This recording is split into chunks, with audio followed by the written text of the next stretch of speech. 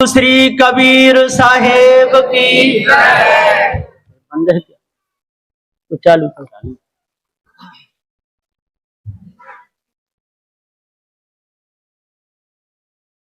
विश्व वंदनीय संत सम्राट बंदी छोर सदगुरु श्री कबीर साहब जी,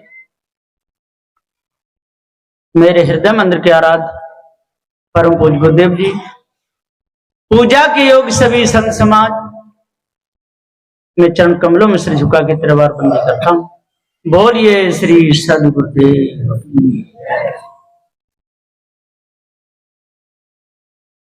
यहां पर जो अभी इतनी सभा लगी है, इसको कहते हैं सत्संग सभा। सभा तो कई लगती हैं, अब उनका नाम बता दिया जाए तो उससे कोई फायदा नहीं मिलता है, लेकिन ये सत्संग सभा है। और यहां पर सत्य की जानकारी के लिए सब लोग आए कि सत्य क्या है, झूठ में फंसने के लिए नहीं, ढोंगों में फंसने के लिए नहीं, छूटने के लिए। तो सदगुरु श्री कबीर साहब ने जो उपदेश दिया था, तो सबसे यही बात कही कि चेतन जीव सत्य है, और एक नहीं अनेकों जीव है। लेकिन लोगों ने उसका महत्व नहीं समझ पाया, अर्थ नहीं समझ पाया। कोई कोई कहता है एक ही जीव सब में घुसा हुआ है, एक ही नहीं है, सब अलग अलग है। यदि एक ही होता तो एक बंधन में फंसा तो सब बंधनों में फंसते, और एक बंधन से छूटा तो सब छूट जाते। लेकिन ऐसा नहीं है, अपने अपने कर्मों का फल सब भोग रहे। सदगुरु श्री कबीर साहब जैसे महापुरुष इस धरातल में पहले के इतिहासों को उठा के देख लो, कोई नहीं हुए, और आगे होंगे। ऐसी इसके अंदर दुगदुगी है तो समझ लो अभी पार ज्ञान नहीं है। क्योंकि सदगुरु श्री कबीर साहब का ज्ञान है जो पारक सिद्धांत तो उन्होंने बताया। चेतन जीव तो ज्ञान स्वरूप है ही, पहले भी था और आज भी है और सदा रहेगा। लेकिन जो इशारा सदगुरु श्री कबीर साहब जी ने दिया वो किसी ने नहीं। साहब ने कह दिया चेतन जीव ही सत्य है, पर एक मर्यादा और सीखनी चाहिए। अपने पिता को यदि कोई कहे ए पिता इधर आ, तो ये सही है कि गलत है? और उनसे को पिताजी इधर आओ, ये भी गलत है। उनके पास में जाकर के कहो पिताजी ऐसी बात है, तो कितनी अच्छी है। तो जो लोग कहते हैं कबीर कहते हैं, कबीर ने ऐसा कहा, इन पे ध्यान देना चाहिए। ये राग द्वेष की बात नहीं। कबीर ऐसे कहते थे, कबीर बहुत बड़े विद्वान हुए, ये शब्द कभी नहीं कहना चाहिए। ये सदगुरु श्री कबीर साहब का अपमान है। सदगुरु श्री कबीर साहब जी कहते थे, सदगुरु श्री कबीर साहब का ये निर्णय है, ये ध्यान रहे। और कोई कोई तो ये भी कहते हैं कि श्री शब्द को नहीं लगाना चाहिए। श्री शब्द से शोभा बढ़ती है, शोभाजन शब्द है, सम्मान्य शब्द है। इसलिए श्री को नकारना नहीं। एक महात्मा जी कहते थे श्री शब्द तो माया मुख है। मैंने कहा तेरे मुख में जो जिह्वा है वो भी माया मुख है, निकाल के फेंक, अलग कर। जो उसी से तू शब्दों को रट रहा है, बोल रहा है, और वो स्त्री जो माया मुख जो शब्द है वो तो तेरे मुख में ही बैठी है। और भी लोग आए कि क्या श्री शब्द को लगाना चाहिए? मेरे की जो श्री शब्द है वो कोई स्त्री नहीं है, वो शब्द है, सम्मानजन शब्द है। तो श्री शब्द को लगाने में कोई घाटा नहीं, फायदा ही फायदा है, धनवान को कहते हैं। तो जो सदगुरु श्री कबीर साहब जी थे वो धनवान थे। जो बाहर के जो धनवान हैं, हीरे मोती उनके पास में हैं, वो तो एक दिन छूट जाएंगे, कोठी बंगले सब छूट जाएंगे। जितने भी लोग हैं संसार में पूंजीपति बड़े बड़े, कहते मुकेश अंबानी जैसे, और कौन है ये कई हैं बहुत, टाटा बिरला जैसे हो गए। गुरुदेव के मुख से मैं सुना कि नेपाल में गए थे टाटा बिरला, उनके लिए बहुत सामग्री तैयार कराई गई, एक कमरा स्पेशल तैयार कराया गया, 56 प्रकार के भोजन बन के आए सब तरह के, और मेज पर रख दिए गए। अब आंख फाड़ फाड़ के देखते थे ऐसे करके कि क्या देख रहे हो, कि मूंग की दाल का पानी और पतली रोटी है क्या? क्या क्यों? कि मैं चाहूं तो सोने की दाल और चांदी की रोटी खा सकता हूं, पर मेरे भाग्य में दाल का पानी है। बाहरी धन सारा पड़ा रह जाता, कोठी बंगले खड़े रह जाते। ये चेतन जीव अजर अमर अखंड स्वरूप है, इसके ऊपर कोई इस ब्रह्म परमात्मा नहीं। इस शब्द को ध्यान से सुनना चाहिए। और जब तक इस न्याय को आप नहीं सुनोगे, नहीं गिनोगे, नहीं परखोगे, नहीं समझोगे, तब तक भूल में ही फंसे रहोगे। भूल ही रुलाती है और भूल ही हंसाती है, और भूल को जो परख लेता है तो उसकी जिंदगी बन जाती है। हंसने हंसने में फर्क है, अभी साहब जी बता रहे थे। हंसना चाहिए और हंसाना भी चाहिए, लेकिन किसी की हंसी नहीं उड़ाना चाहिए। लेकिन लोगों ने तो जीव की हंसी उड़ा दी। मैं तो रोज कहता हूं ये हंसी उड़ाना है, पत्थरों की मूर्ति की पूजा कराना। और ये क्या है? नदी नालों को पूज रहे हैं, आरती कर रहे हैं। एक ने तो मेरे देखते देखते ही 12,000 का मोबाइल और नर्मदा नदी में फेंक दिया था। आगरे के लिए जा रहे थे, रेलगाड़ी में बैठे, और जैसे उधर के गाड़ी निकली, पानी जय नर्मदे मैया, हाथ सीधे फेंक। मैंने कि भैया ऐसा क्यों किया? कि मैंने बोल दिया था मेरी नौकरी लग जाए तो नर्मदा मैया तेरे को मैं मोबाइल चढ़ाऊंगा। मैंने भले आदमी वो कैसे चलाएगी? अपनी माँ से बोलता, उसने दूध पेट में रखा, दूध पिलाया, बड़ा किया, पिता से बोलता कमा कर खिलाया, लेकिन नदी में फेंक दिया। वो तो जड़ है, पृथ्वी का गड्ढा है, उसमें पानी भरा हुआ है, पानी अपने आप को नहीं जानता, न नदी जानती। क्या ऐसी बात है? मैंने ओ कैसी? लोगों के अंदर बिल्कुल समझदारी नहीं, इन भी शब्दों को यहां बोलने लगते। एक की तो मोछें बड़बड़ी थी, उसकी पत्नी कुछ कहती थी तो कहता था समझ लेना, बेचारी डर जाती थी, पीछे को हट जाए, क्या करे? उसने कहा अब क्या करना चाहिए, इसकी मोछें कैसे कटे? तो वो शंकाहुली का पेड़ लाई और उसने एक गमले में लगा लिया।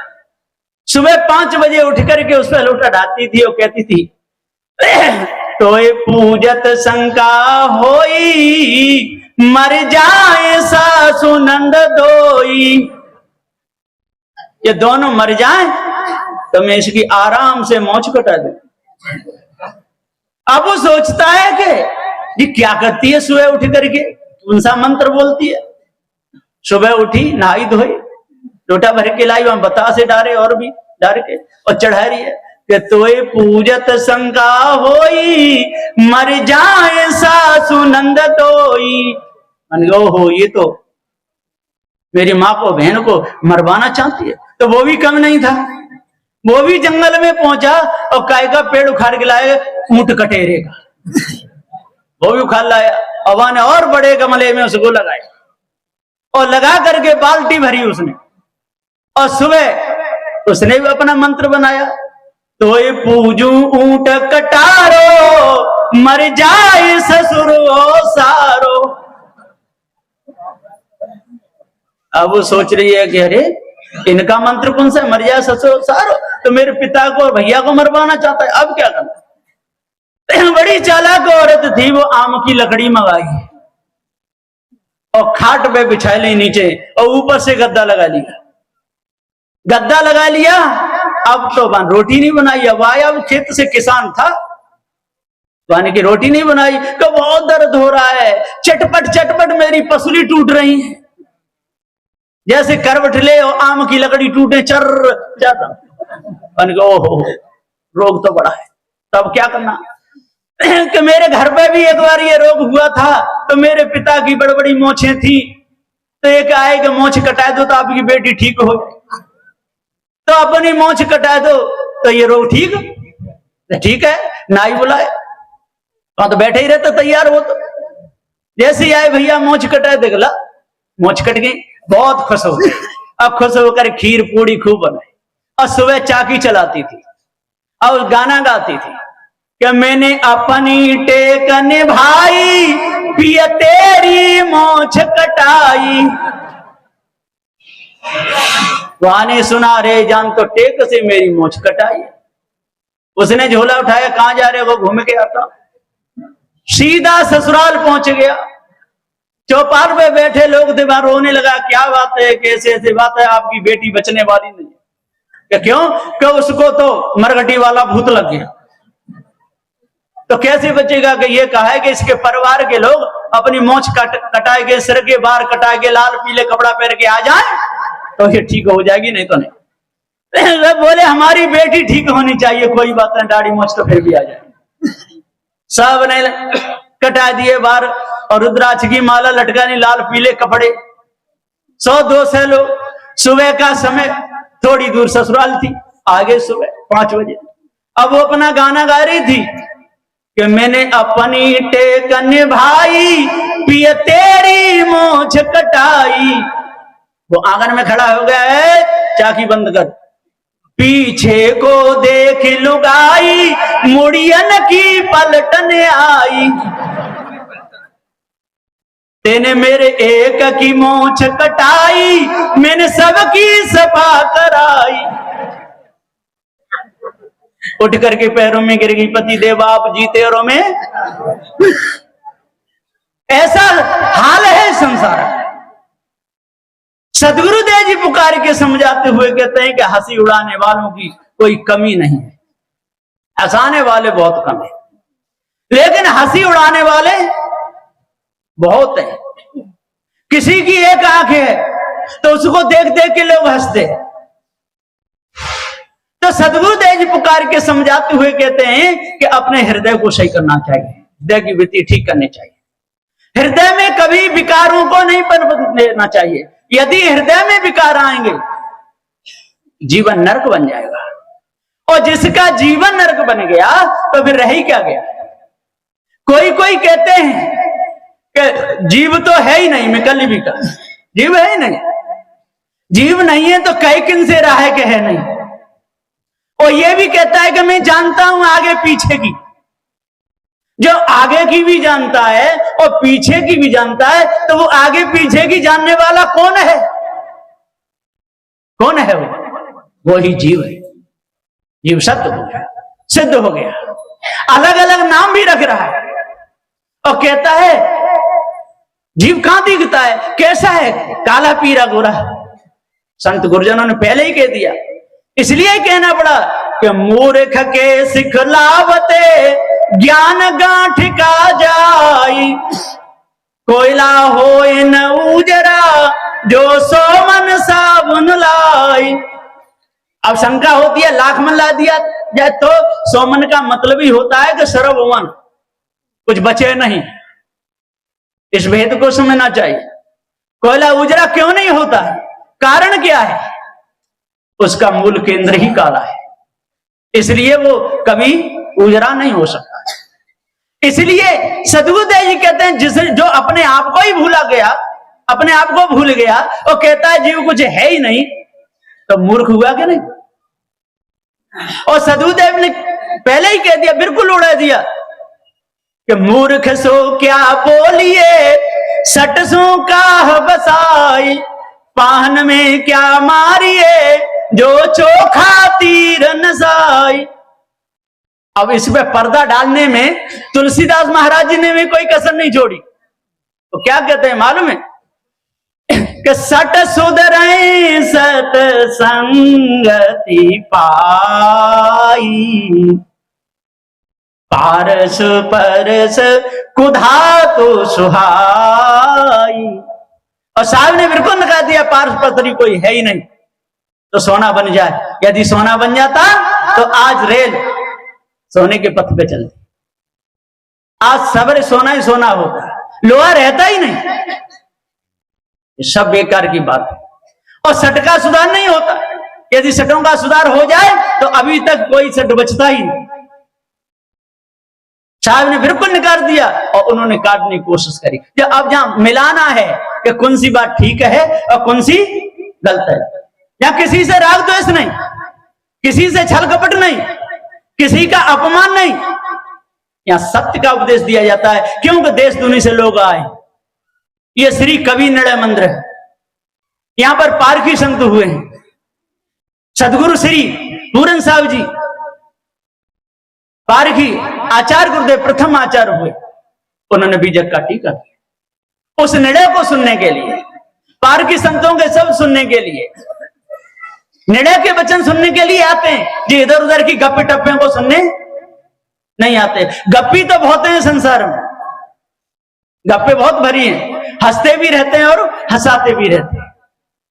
लेकिन जो हंसाते हैं और हंसते हैं दूसरे की दिल की उड़ाते हैं, उनका अंतःकरण काला होता है। और जो सत्य पथ पर जो चलाते हैं, जो सत्य को दर्शाने के लिए हंसाते हैं, जो भूल को दर्शा देते हैं, अंदर से भूल को निकाल देते हैं, उनको पारखी संत कहा जाता है। तो ये पारखी संतों का ये स्थान है, गड़बड़ नहीं। जो इधर उधर की खिचड़ी समेट लेते, चाटने लगते हैं। अब कोई गोबर को हलवा समझ के खाने लगे तो भूला हुआ है कि नहीं है? देखना चाहिए ये जो गोबर है क्या हलवा है, इसमें जीव है क्या नहीं। अग्नि ले जाके देख लो, कोई लकड़ी ले जाके उन आंखों की तरफ करके देख लो, यदि पलक खुलते और लगते हो तो जिंदा, और यदि नहीं लगे नहीं खुले तो मुर्दा। अब कोई मशीन में फिट कर देते, मैंने एक मूर्ति देखी तो वहां में वो मशीन फिट कर दी, बटन दबा दिया और पलक ऊपर नीचे हो रहे थे। और मैंने भी देखा, जाने बटन दबा दिया तो मैंने नीचे बटन दबा दिया, कब खुल लगा। बोले हाँ आपने पोल पकड़ ली। मैंने पोल पकड़ने वाले तो होते ही है। पारखी नाम में क्या होता है? जब पारखी संतों की शरण में आए, पारखी संतों ने मेहनत करी, हमको ज्ञान बोध विचार कराया, जड़ चेतन का भेद बताया, तो फोकट में बताया है? उन्होंने सत्य को दर्शाने के लिए, काई को हटाने के लिए, बादल को साफ करने के लिए। इसलिए पारखी संतों की शरण में लग करके, विवेकी संतों की शरण में लग करके पारक सिद्धांत को जानना चाहिए, जड़ चेतन के भेद को समझना चाहिए, और किसी का अपमान कभी नहीं करना चाहिए, और आदर भाव से ही नाम लेना चाहिए। बोलिए श्री सद्गुरुदेव की जय।